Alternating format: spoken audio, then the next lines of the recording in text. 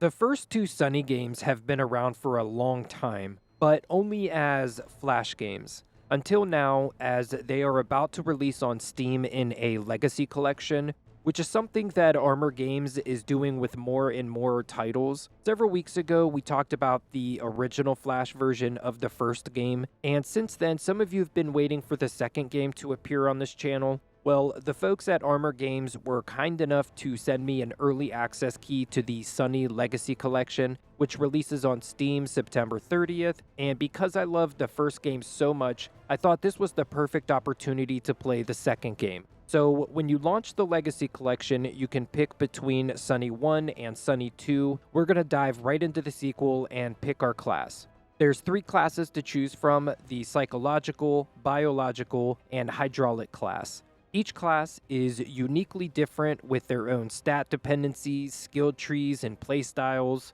In a nutshell, the Psychological class focuses on shadow and lightning abilities, the Biological is either pure physical or poison damage, and Hydraulic uses physical and ice abilities.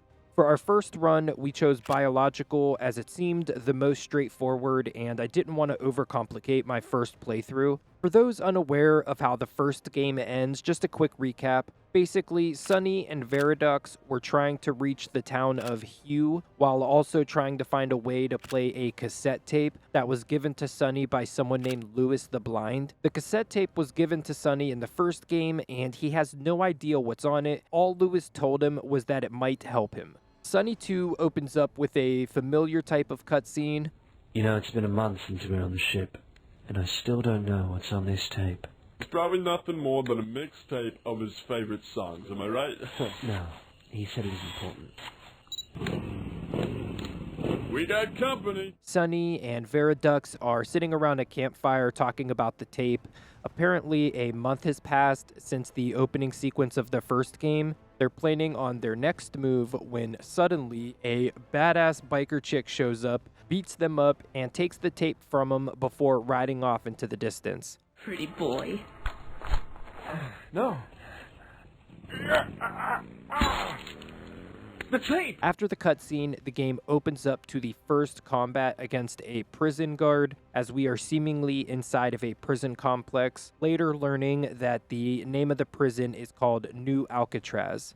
Once we're done there, we're brought to the first instance of roaming mode, which is just the quote-unquote hub of the zone, where we can access the store, our inventory, Sonny's abilities. It looks like roaming mode functions exactly as it did in the first title. There's everything I just mentioned, plus the option to engage in training fights for farming XP and items, and the option to engage in the next combat encounter, which will of course advance the story. The character menu is more or less the same as before. You have your abilities, ability tree, and your action bar. Some of the abilities have dependencies, and in some instances will branch out into other columns. For example, in the 4th column of the biological tree is an ability called Envenom. Envenom will attack the enemy for 10% of Sonny's strength stat, and poison the target for a certain amount of his strength for a certain number of turns. From here, you can either keep going straight down the column as you normally would, or you could branch out into the next column over and pick up the ability Infect. Infect will attack the target for 10% of your strength and instinct, and will later damage the enemy for an additional strength percentage. However, you cannot unlock the Infect ability from the 3rd column without first having unlocked Envenom from the 4th column, and that's basically how the dependencies work. I really like messing around with builds in these games because on the surface it appears simple, but with the way all the abilities work and how they all tie into your stats, you can get really creative and have a fun time seeing how strong you can make Sonny, especially when you start adding buffs and debuffs into the mix. Going back to the combat, there's some new additions to how your companions work and their behavior in combat. In the sequel, you get 5 options for how they engage in combat. The far left mode will tell the team member to use only defensive abilities. The next one over, defensive mode, which tells the team member to try to survive and keep the team alive. The middle one is tactical mode, which is a neutral stage. The next one over is aggressive, which tells the team member to attack at random. And then the far right mode is relentless, which will tell the team member to target the enemy with the lowest health. Throughout the game, I found myself using tactical almost exclusively. However, there were some cases where I had to switch them to either relentless or defensive mode, but for the most part, they stayed in tactical. After several fights against prison guards and convicts, we encountered Dr. Leith in combat. He referred to Sonny and Viridux as fine specimens and told us that we didn't belong here. After we beat him in combat, the next encounter was against a twisted experiment. Then we find and fight the warden of the prison, though not much lore happens here as he barely says anything during the fight. Once we get to the end of the zone, we get another cutscene. This one shows Sonny and Viridux disabling a pickup truck, and inside is the biker who stole our tape from earlier. She tells us that the cassette tape is the key to Utopia. Confused and frustrated, Sonny starts a combat encounter with her, and there we learn her name is Felicity. After we defeat her, we get another cutscene, but in this one, we retrieve the tape from her, and we take her truck as well. After many combat encounters over many zones and multiple games, we finally get to hear what's on the cassette tape. And what we learn, the tape is a recording of You Are My Sunshine, a lullaby. How does that help? I have no idea. So it appears we still don't have the answers we're looking for. However, they also find a map in the glove box, so they decide to follow where it leads, which will bring us to the next zone, which is a frozen village. The theme behind this zone is that it's a rebel hideout. Here we meet our next companion, Rold. We find him during an encounter alongside an insurgent. Rold tells us that he was part of a group of people devoted to finding a cure for the condition that Sonny has, zombification. Until things started happening, it seems as though someone didn't want them to complete their research because kidnappings and assassinations started happening. So they fled Utopia and wound up in this village, only to learn that it is infested with some kind of cult. We agree to lend aid if they tell us how to find the Utopia, and then we recruit them into the party. Most of the combat encounters here are against members of the cult in the form of knights, priests, and mages, with a few frost zombies thrown into the mix. No major plot points happen for a while until we eventually face off against a cult leader. When we encounter him, Sonny starts having head pains, much like he did in the first game, and sure enough, the next fight is against none other than Baron Brixis, back for another bout. We don't learn much of anything from his appearance, however, as he doesn't say much, so we just fight and move on. But at the end of the fight, several cultists crowd around his body in shock, calling him a liar and a zombie. And once they see that, they lay down their arms and they leave the area. Following that, we have a few encounters with some ZPCI, and then we decide to leave the zone via train. We hitch a ride on the train called the Ivory Line. Nothing really noteworthy happens in this zone other than a couple cool fights. We fight a few hobos and a guy named Clemens the Deceiver. He was pretty cool. But other than that, it was pretty much a filler zone. Like, not much happened in this zone at all. The next zone is called Labyrinth, Tunnel of Illusions. Nothing major happens for the whole zone until we get to the end of it. The final encounter is with a group of coal miners, only we don't fight them. They give us some clothes and they show us the way out. The game gives us our next scene, and during the scene, the coal miners are all standing around talking about how they hate the taxes and how they've become outrageous when all of a sudden a corpse falls from the ceiling onto the table they're all standing around. Apparently, the body belongs to the brother of one of the coal miners. They immediately blame the mayor and start chanting in rebellion when a group of officials show up, sending everyone home while enacting a new curfew.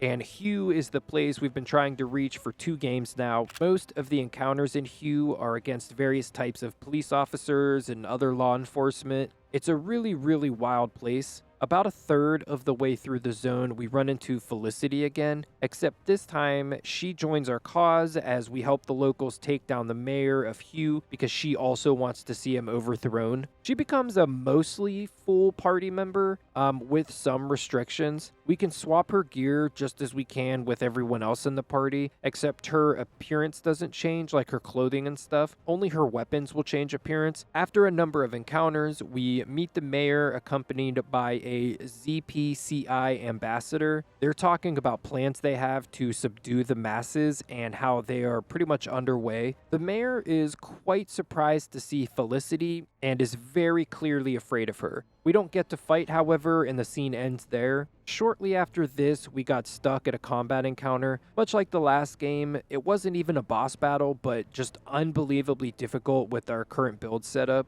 These bloodhounds just chewed through us like kibble, but after a few respecs, we were finally able to power through. And just a few fights after that, we encountered the mayor again, only this time we did get to fight him. This fight wasn't even that difficult, especially compared to that last fight with the bloodhounds. After the fight, townfolks are initially confused, but then grateful that we helped overthrow the mayor. Then Felicity shows up with an explanation of what's been going on. Apparently, the ZPCI wants zombies to be a threat, so the people will depend on them to pay for protection. A group of scientists tried to develop a cure, and I'm assuming that they're talking about the research ship from the first game, though that hasn't been confirmed anywhere in the game, until the ZPCI sent a team of Black Ops to shut it down. Then the townsfolk talk about tracking down the ambassador right before the scene switches to a new group of people.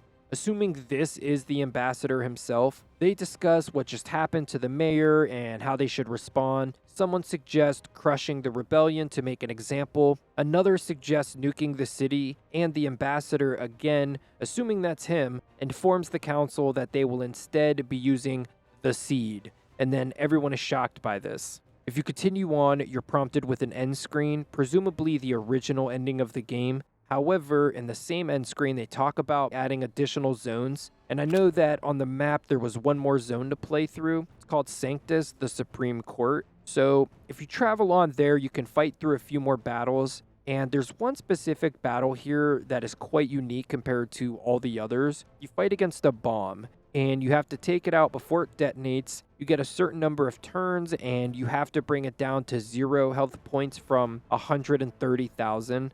I couldn't finish this fight after a few tries, so I respec'd into a different build to see if I would have better luck. After respecing into a poison-based build and selecting the right abilities for my action wheel, we were good to go. Killed the bomb, then there were a couple more fights. When we first got here, we were met with a warden. The warden said that they were looking for someone. Well, the creature we're fighting next is what they were looking for, but the fight was super easy. Nothing noteworthy other than that happened. The next and final fight was called the Judge, who was out there looking for that same creature to judge, I guess. However, we killed her target, so now we're the target. The fight wraps up Zone 6. My conclusive thoughts on the Legacy Collection are pretty solid as a whole. It looks good, it sounds good. It doesn't have the same amount of extra graphical options that the Last Stand Legacy Collection had. However, it could be that they just included the upgrades by default and you don't have to select them to use them. My favorite part of the collection is that I can play the game in full screen on my ultra-wide monitor, which I was unable to do with the Flash version of the game. I hope you guys enjoyed the video. Until next time, farewell.